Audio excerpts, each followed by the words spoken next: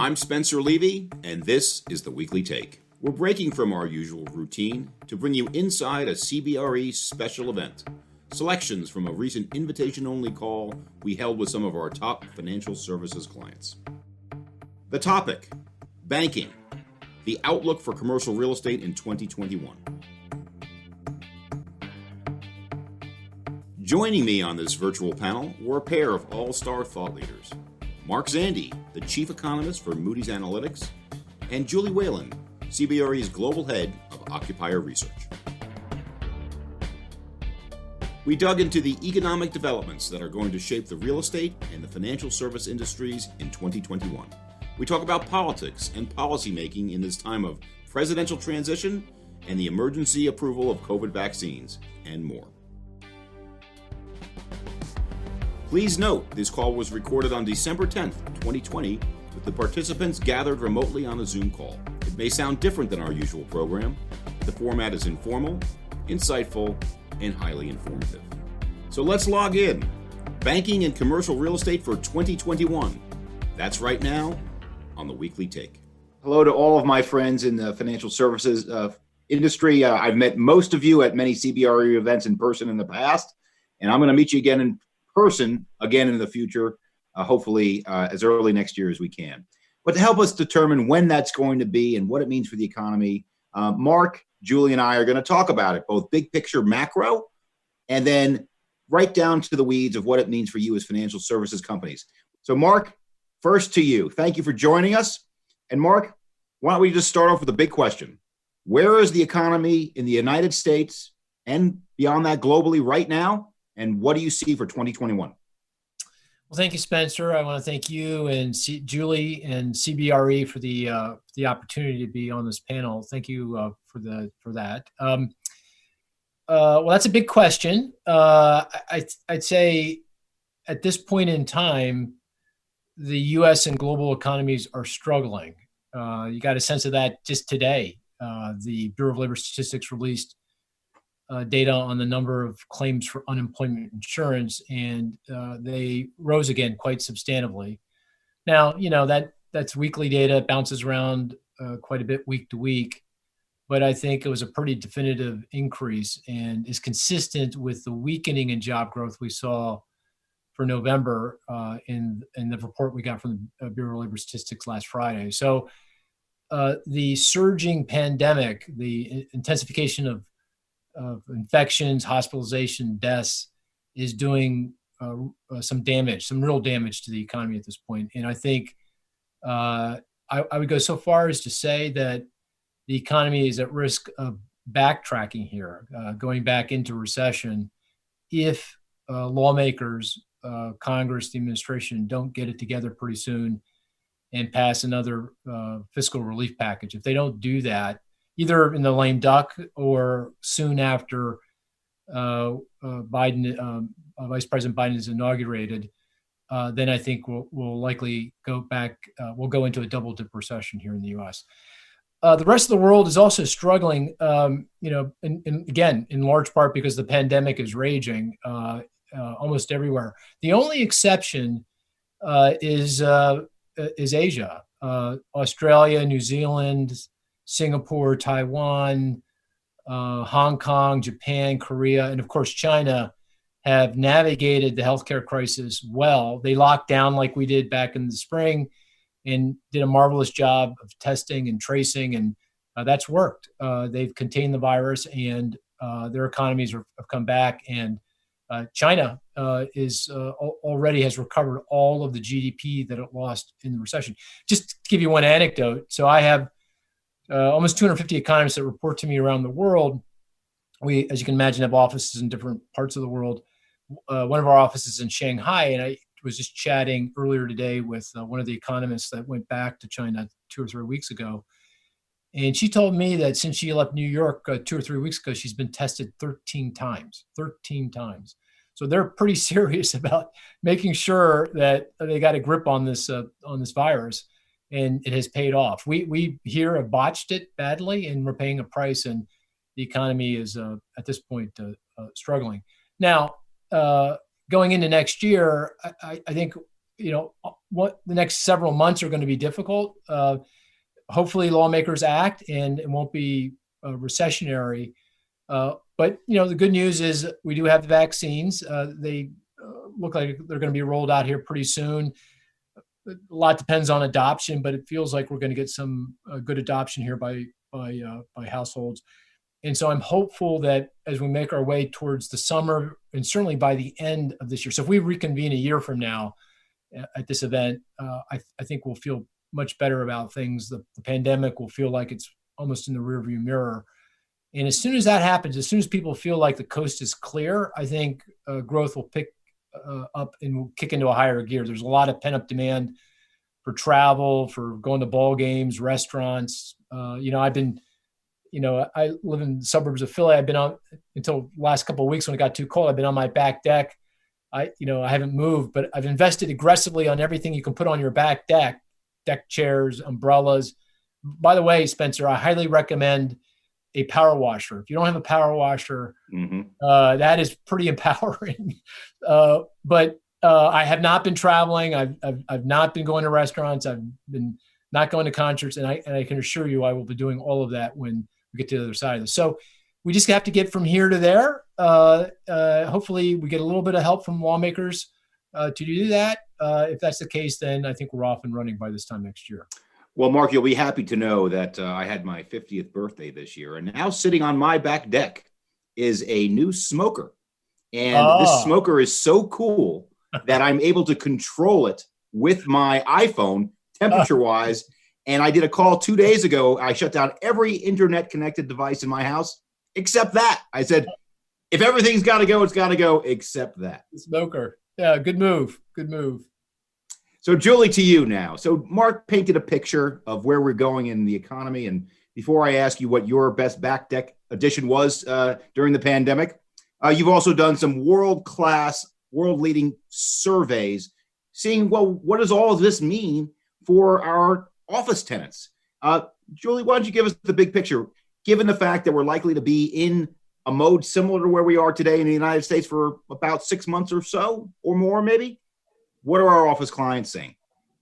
Yeah, well, so I may not be into power washers or smokers, but what I have done, according to, Mark's theory that there's pent-up demand, I've been redecorating my house constantly because I am so sick of looking at the surroundings. So I am one of those people that is always online shopping Wayfair, trying to find the next new thing to make me happy at home.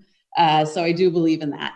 But yeah, so we have spent a lot of time just surveying clients and trying to figure out what is going to be the future of office demand. Clearly, COVID created a recession, as Mark talked about, but what it also created was an environment where people could not use their office space. And so what we saw prior to COVID was very quietly sort of these trends that were bubbling up to the surface around office demand.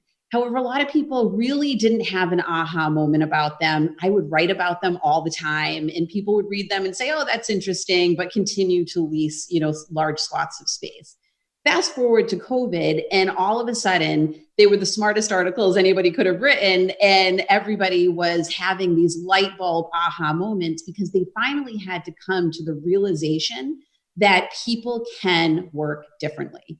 And they're not only coming to that realization, but they're also beginning to reset what their priorities are as a result of that. And so this is what our surveys are telling us, is that there is a mood of sort of reflection going on. However, there's a tone of certainty. And the certainty is that things are going to look different in the future, even when we hopefully are looking at COVID in the rearview mirror.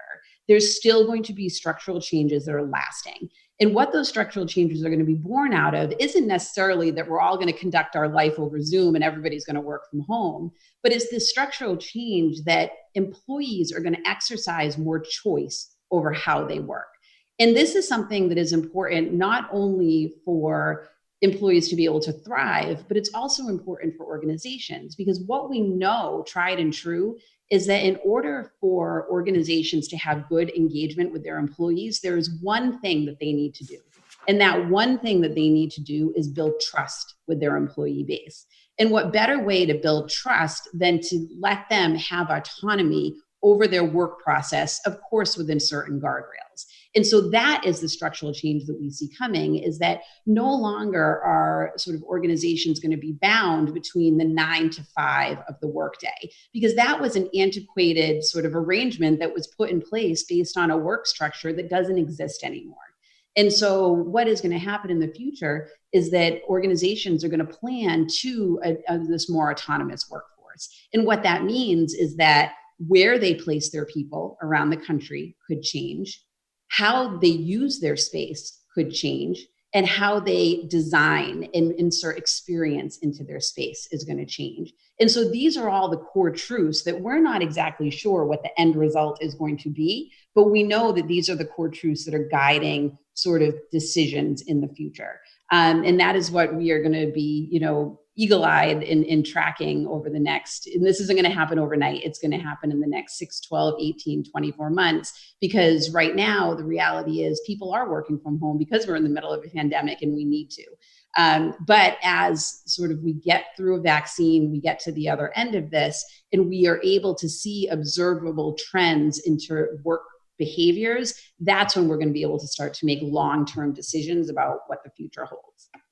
So Julie, let me stay with you for just a moment, because I want to get right to the heart of the question that is the title of today's presentation. We heard from Mark about the economy. We're in the soup, at least for the next 6-8 months. Hopefully it'll get a lot better after that. We heard from you talking about how office occupiers are not certain, but likely to pull back. More work from home, more regional changes, urban to suburban. What does all of this mean to financial service companies specifically, as distinct from, say, tech firms, oil and gas, or other industries? Yeah, so it's an interesting question. I grew up in the financial services industry, so I worked there for a decade before coming over to CBRE. And I can very clearly remember being in the thick of the financial crisis and really learning, as I went through that process. And I think that what was true to me coming out of that, and what I have observed about the financial services industry over the last decade, is that you are all way ahead of the game when it comes to efficiency in the way that you operate your space.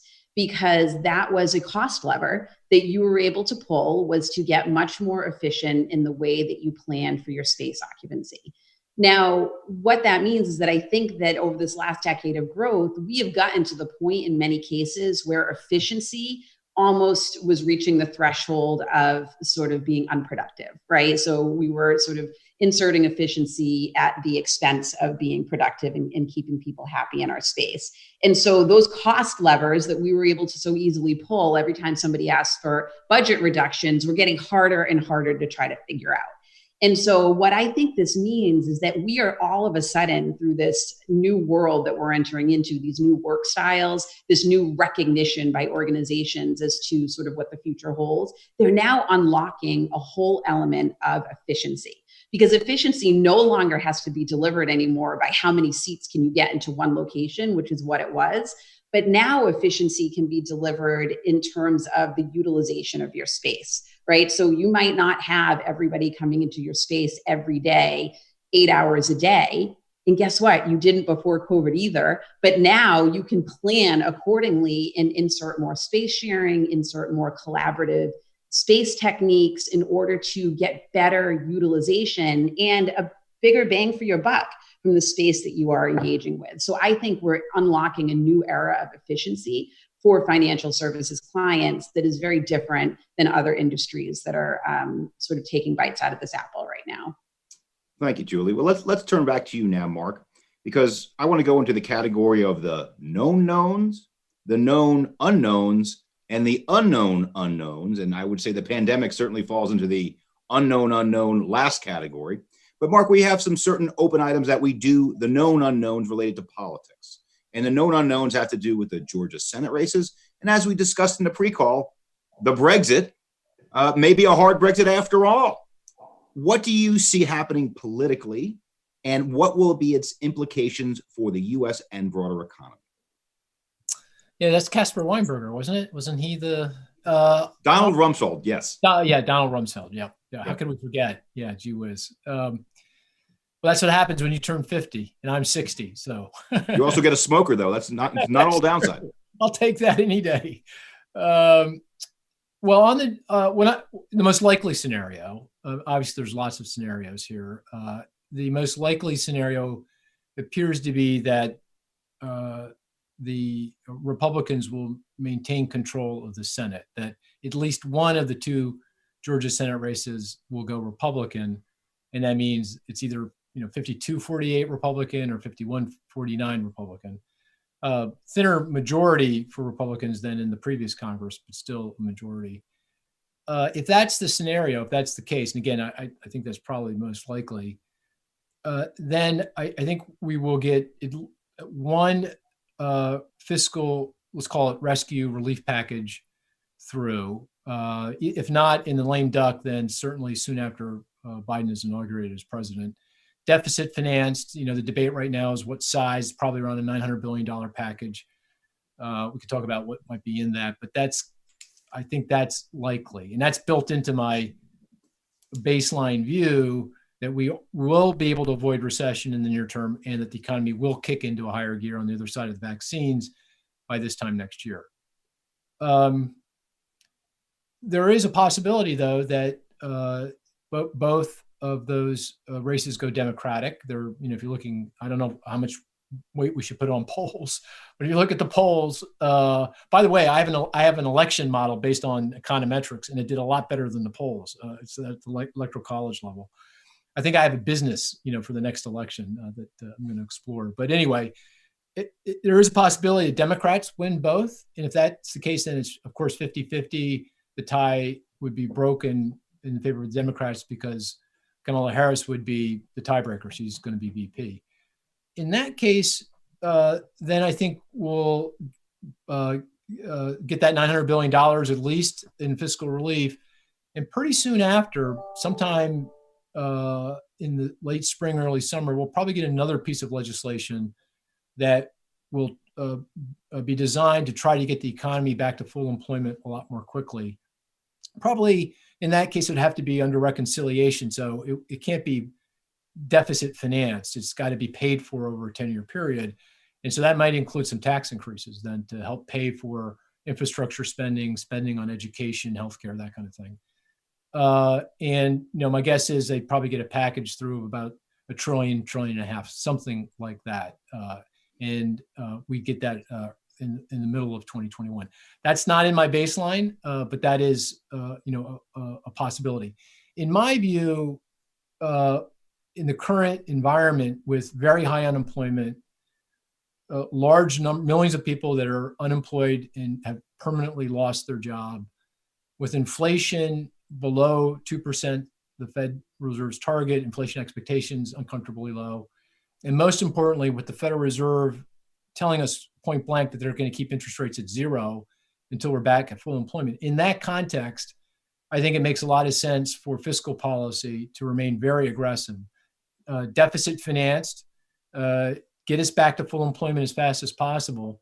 And then once we get there, then you pivot, address our long-term fiscal situation through spending restraint and also some tax increases. And before we go to the Brexit, that's what they'll do. Do you think the nomination of Janet Yellen makes that more likely? I think she's all on board with what I just said, right? I mean, I think, she's going to be the Secretary of Treasury. She's going to lead the Biden policy team. And I think her perspective is very similar to what I just expressed. And by the way, I think Jay Powell at the Fed would be all over that. He's been saying publicly any chance he's gotten to say, that it's hard for policymakers, fiscal policymakers, Congress and the administration to err on the side of doing too much support for the economy, much bigger risk of doing too little. So press on that accelerator. But that's a alternative scenario, less likely the Democrats would have to win. The final thing I'd say is because the government in either scenario is very balanced, nobody has, a mandate here. I do think that gives moderates a stronger voice, both on the Republican side and the Democratic side. So it'll make the fringes of both parties, the progressives and the conservatives, more marginal, their voice isn't going to be stronger. So, and you could see it in this recent negotiation in Washington over the $900 billion package. That's a bipartisan package from Senate Republicans and Democrats. The voices in the middle. And so, one of the, obviously this depends on your perspective, but if you're, interested in, kind of a middle of the road kind of policy, this kind of government that I'm describing is the most likely to get you that kind of outcome. Great. Well, thanks, Mark. So, Julie, I'm going to turn the question now to you, using the same three things: the known knowns, the known unknowns, and then the unknown unknowns. And this goes back to a debate you and I have been having about how much weight should we be giving to surveys we are seeing today. And then I really want to just know, what do you think is going to happen with work from home, with the implications to productivity? And I guess I'll put it in very simple terms. Is the future more like the past than we think? So, from my perspective, I think that survey results, do have to be, you say, grain of salt. They do have to be tempered in terms of our belief. I think that they are directional in nature. I think that they're very aspirational, meaning that, it's much easier to make a multiple choice answer than to actually execute that answer. And I think that when we are in the middle of a traumatic situation like we are in now, that our response is going to be very different than it is when we're coming out of it. That being said, I am a pure believer that there is a structural change underway. And it has nothing to do with COVID. It has everything to do with, I think, that people are finally listening. It's not even accelerated trends. It's just that people are finally listening. And when we have power of an organization behind us, that is when real change can happen. So I think that's where we're at right now. So in terms of what that means for the future, I personally wish that we would totally eradicate work from home in that entire phrase, because I don't think that it has any relevance. I think that the reality is that people just want better integration between their work and their life. And going into one location that is predetermined by somebody else 5 days a week, even when you don't have specific needs to meet somebody, is an antiquated thought process, and it reduces morale before we even have a chance to motivate people. So I think that what that means is that people want, getting back to that word that I use all the time, choice over how they work. And what that means is that they are going to choose the office sometimes. Absolutely, they're going to choose home sometimes. And they're going to most often choose third places. And those third places could be anywhere where you have a mobile device, you have quiet, and you have a Wi-Fi connection, right? That could be a hotel lobby. It could be a coffee shop up the street. It could be an airplane. That's where I get my best work done sometimes. And the reality, though, is waking up to this fact that these three places are what is now making up the ecosystem of what work is. Place is no longer a singular entity. Place is now made up of not only the physical environments that we conduct our work in, whether they be company provided or not, but also the digital landscape that we are now engaging in.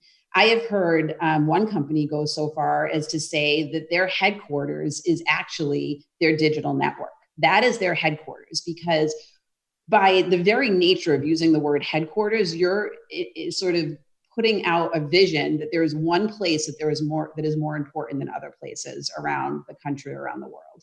And that is not necessarily in this environment of a distributed workforce where we're getting talent from, all the nooks and crannies of the country and the world, a vision that you want to place out there. And so I think that really redefining sort of what place means to us as an organization or to you as organizations is really what the future needs to hold. Well, Julie, as you know, we have 1 minute left, and I will give you the last word. But you know that my favorite topic to debate, including with many of our financial services clients on this call, is the difference between productivity and efficiency. And I think productivity wins in the end. And I think there was a quote by the Harvard Business Review. It says, great companies focus on productivity, not efficiency. The challenge is they can't measure productivity. It's very hard to measure, at least at its best. But don't you think that's the best argument for why the future of the office is bright? Or do you disagree? No, I mean, I think that, look, a lot of the corporate real estate professionals that are our clients that are on this phone, they still report up to cost-centric organizations. So the CFO, the C-suite, that the easiest metric to measure is cost. And so that is going to be, for the near future, at the very least, a really important way to look at the world. We don't want to spend money for money's sake. We have to prove the value of the money that we're spending.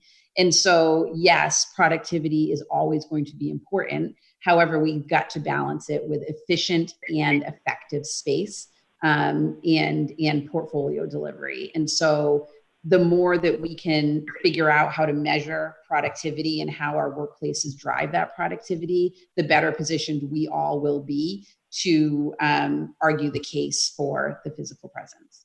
Thank you, Julie. Well, we're out of time, and I want to thank once again Mark Zandi, who, notwithstanding our disagreements, I truly believe is one of the truly great economists on the planet. And it was an honor to have you here today, Mark. Thanks so much for coming. Thanks for the opportunity. And Julie, one of the great thought leaders in occupier research, not just here at CBRE, but increasingly globally. So well done, Julie and Mark.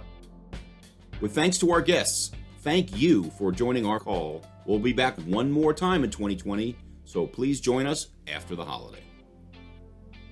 For more on our show, check out cbre.com/theweeklytake. We'd also love your feedback. So if you found us on Apple Podcasts, Spotify, or another platform, please subscribe, rate, and review us wherever you listen. Until next time, I'm Spencer Levy. Happy holidays. Be smart, be safe, be well.